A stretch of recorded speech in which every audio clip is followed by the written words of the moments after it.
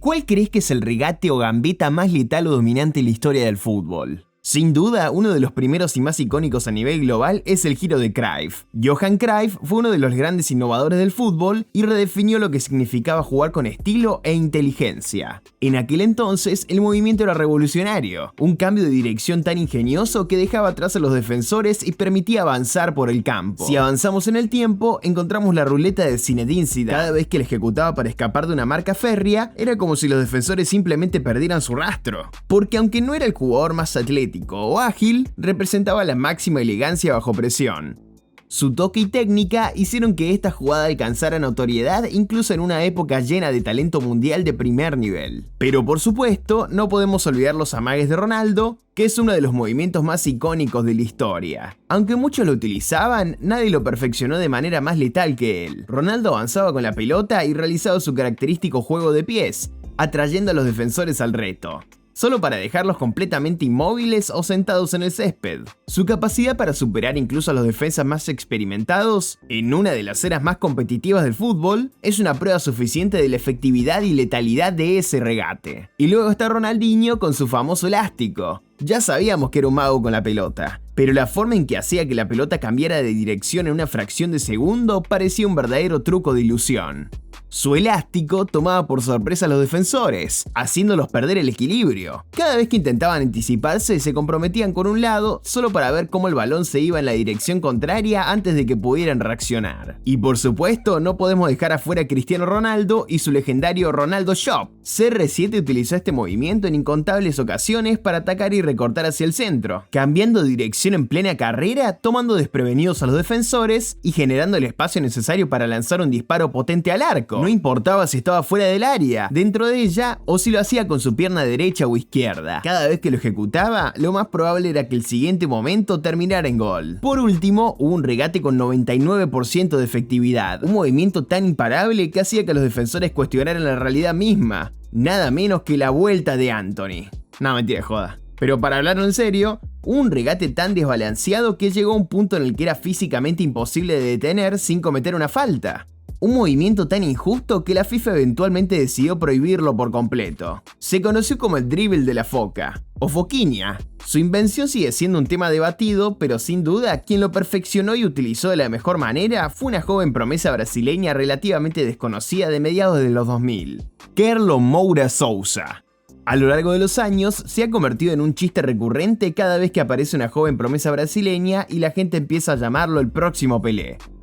En menor medida, también ha habido algunos apodados el próximo Ronaldo, pero en su momento, algunos llegaron a considerar seriamente a Kerlon Moura Sousa como el próximo Ronaldinho. Solo hay que ver algunos de los títulos que se le otorgaban. Sin embargo, a pesar de haber sido tan famoso en su época, con el tiempo ha sido prácticamente olvidado. Así que hoy vamos a repasar la historia de Kerlon Moura Sousa. Kerlon ya era una sensación incluso antes de debutar en el primer equipo. Estaba causando revuelo en las categorías juveniles y con la selección sub-17 de Brasil. En un país donde la gambeta y el juego de pies espectaculares eran la norma, Kerlon utilizaba su frente. Elevaba la pelota con un pequeño toque y lo hacía rebotar sobre su cabeza mientras corría, dejando a los defensores completamente desconcertados. Hay que recordar que esto ocurrió a mediados de los 2000, una época en la que las cosas no se viralizaban tan rápido como hoy, pero aún así la fama de Kerlon y su regate de la foca se expandió rápidamente. Los videos de sus jugadas se difundieron en internet, volviéndose virales y acumulando millones de visitas. Al menos en Brasil, se volvió tan famoso que comenzaron a llamarlo foquiña, que en español significa la foquita. Pero no te equivoques, el icónico regate de Kerlon no surgió de la nada. Su dominio sobre el dribble de la foca fue el resultado de años de práctica. Como él mismo recuerda, cuando era muy pequeño entrenaba mucho con mi papá. Un día él pateó la pelota hacia arriba, este rebotó en el suelo y llegó a mi cabeza. Hice 4 o 5 pequeños cabezazos seguidos, manteniendo la pelota sobre mi cabeza. Entonces mi papá se detuvo y me preguntó, si corrieras con la pelota sobre tu cabeza así, ¿sería falta? Yo le respondí, no sé, pero deberíamos averiguarlo. Desde ese momento, Kerlon comenzó a entrenar el regate de la foca, todos los días. Al principio solo intentaba mantener la pelota en equilibrio mientras estaba quieto, pero con el tiempo fue evolucionando. Primero fue caminando, luego corriendo, hasta que finalmente logró regatear alrededor de conos. Incluso llevó el entrenamiento un paso más allá, incorporando ejercicios de visión periférica para poder detectar a los defensores y moverse por el campo sin perder el control de la pelota. todo mientras este seguía rebotando sobre su cabeza. Cuando Kerlon tenía 13 años, ya estaba listo para probar su regate en un partido de verdad, mientras jugaba para la Academia Juvenil del Cruzeiro. Finalmente debutó su habilidad única. Corrió desde el mediocampo hasta el área con la pelota perfectamente equilibrada sobre su cabeza. Luego la bajó y anotó un gol. Desde ese partido quedó confirmado: la gambeta de la foca realmente funcionaba. Los defensores rivales no tenían ni idea de lo que estaban viendo, y aún peor, no sabían cómo detenerlo. Sin embargo, a pesar de que Kerlon dominaba a la perfección esta gambeta, no fue exactamente él quien lo inventó. Según mi investigación, antes de que Kerlon se volviera extremadamente viral con el dribble de la foca, hubo otro jugador que utilizó una táctica similar, un futbolista italiano llamado Marco Nappi. Su jugada más famosa ocurrió nada menos que en la semifinal de la Copa de la UEFA de 1990. En aquel partido corrió desde las afueras del área hasta casi medio campo, haciendo rebotar la pelota sobre su cabeza y manteniéndolo alejado de los defensores. Sin embargo, Marco Nappi no abusó de este movimiento tanto como lo haría Kerlon.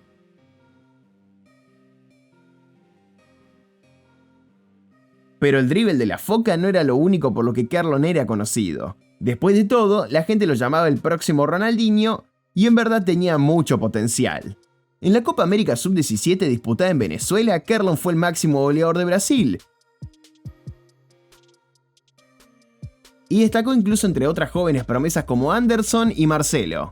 En sus primeros años era un gran pasador, un finalizador preciso y un excelente cobrador de tiros libres. Pero por supuesto, lo que más lo hacía destacar era el dribble de la foca. De hecho, en esa misma Copa América Sub-17 lo hizo contra selecciones como Uruguay, lo que inspiró esta imagen y miniatura tan popular que hice. Sin embargo, conforme Kerlon se acercaba al fútbol profesional, el dribble de la foca, a pesar de su fama, terminó haciéndole más daño que bien. En un clásico local, Kerlon usó su truco, lo que provocó una pelea masiva en la cancha. Poco a poco, la jugada comenzó a verse más como una provocación o burla hacia los rivales. En Brasil, la gambeta y el juego vistoso siempre han sido un punto de tensión, pero para muchos, especialmente para los rivales, el regate de la foca no era solo una muestra de habilidad, sino una burla directa. En las categorías juveniles, Kerlon era derribado y pateado, pero cuando comenzó a hacerlo contra jugadores profesionales, las entradas se volvieron más violentas y físicas. De hecho, se podría decir que estos jugadores adultos estaban agrediendo directamente al joven futbolista, y lo peor llegó en septiembre del 2007. Cruzeiro estaba ganándole 4-3 al Atlético Mineiro con solo 10 minutos por jugarse. De repente, Kerlon decidió ejecutar su dribble de la foca, y tras unos pocos toques, el lateral del Atlético Mineiro, Coelho, lo embistió con el hombro de forma brutal, haciendo que su cabeza se echara hacia atrás y mandándolo al suelo. Ambos equipos corrieron al campo y se desató una enorme pelea. Después de mucho debate, Coelho recibió una suspensión de 120 días. Pero aún así, muchas personas culparon a Kerlon por hacer lujos innecesarios e incitar a la violencia. Incluso el capitán del otro club, Fluminense, Luis Alberto, declaró que era una falta de respeto hacia sus rivales. Ellos también son profesionales. Él no pasaría por mí. Usaría un movimiento de capoeira si fuera necesario. Le quitaría la pelota, la cabeza y todo lo demás. Qué varonil de parte de este tipo amenazar así a un adolescente. Pero en su defensa, Kerlon respondió con mucha más madurez. Dijo: los hinchas van al estadio para ver un espectáculo. Tenemos que decidir si la idea principal del fútbol brasileño es el arte o la violencia. Como era de esperarse, las opiniones sobre el dribble de la foca estaban muy divididas. Para algunos era una burla, para otros una extravagancia innecesaria, y para algunos más una táctica completamente válida. De hecho, uno de los entrenadores de Kerlon incluso le animó a usar su regate justo después del saque inicial, pero como era de esperarse, no terminó bien, porque en cuestión de segundos, los rivales ya estaban encima de él, pateándolo sin piedad y tratando de lastimarlo intencionalmente.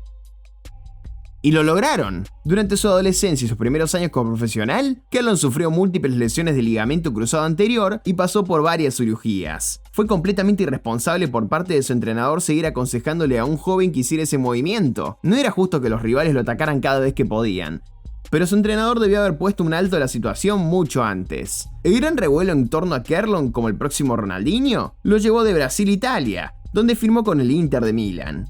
Según Kerlon, en una pretemporada bajo la dirección de José Mourinho, intentó realizar el dribble de la foca, pero en cuanto lo hizo, su compañero Marco Materazzi, sí, el mismo que Zinedine Zidane cabeció en la final del Mundial, lo golpeó tan fuerte que, según sus palabras, salió volando.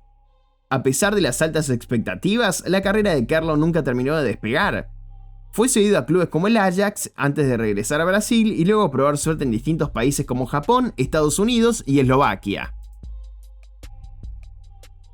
Hoy en día muchos ven a Kerlon como un tipo que solo sabe hacer una cosa, pero la verdad es que su cuerpo simplemente no le permitió alcanzar su máximo potencial. Todas las lesiones que sufrió en Brasil, producto de la brutalidad con la que lo castigaban los rivales por su gambeta, terminaron pasándole factura. En total, Kerlon sufrió 6 lesiones de ligamento cruzado anterior y varias lesiones de tobillo. Lo peor es que casi la mitad de esas lesiones ocurrieron cuando aún era un adolescente. En palabras del propio Kerlon, poco a poco fui perdiendo el amor por el fútbol.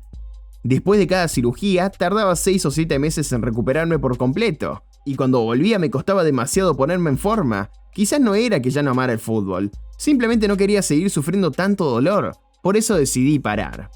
Hoy en día, las reglas del fútbol han cambiado para proteger la seguridad de los jugadores y evitar que vuelvan a hacer el dribble de la foca. Ahora, los árbitros pueden sancionar a cualquier futbolista que intente hacerlo, bajo el argumento de conducta antideportiva, otorgándole al rival un tiro libre. Porque claro, tiene mucho sentido castigar al que hace el dribble de la foca y no el que está en cancha literalmente agrediendo a otro jugador. No, eso sería una locura, ¿no? Pero al mismo tiempo lo entiendo. El exceso de lujos en el fútbol suele verse como una falta de respeto y la mayoría de las veces, cuando un jugador los hace, es con la intención de provocar. Pero al ver el dribble de la foca de Kerlon, definitivamente no parece que ese haya sido el caso. Kerlon fue un joven prodigio adelantado a su tiempo. De no haber sido por el dribble de la foca y las brutales lesiones que le dieron durante toda su carrera como consecuencia de la represalia de los rivales, posiblemente habría tenido una carrera larga y exitosa. Pero lo hecho está. Y al menos, Kerlon quedaría inmortalizado en la memoria del fútbol, como el prodigio con una habilidad tan única que obligó a cambiar las reglas del juego.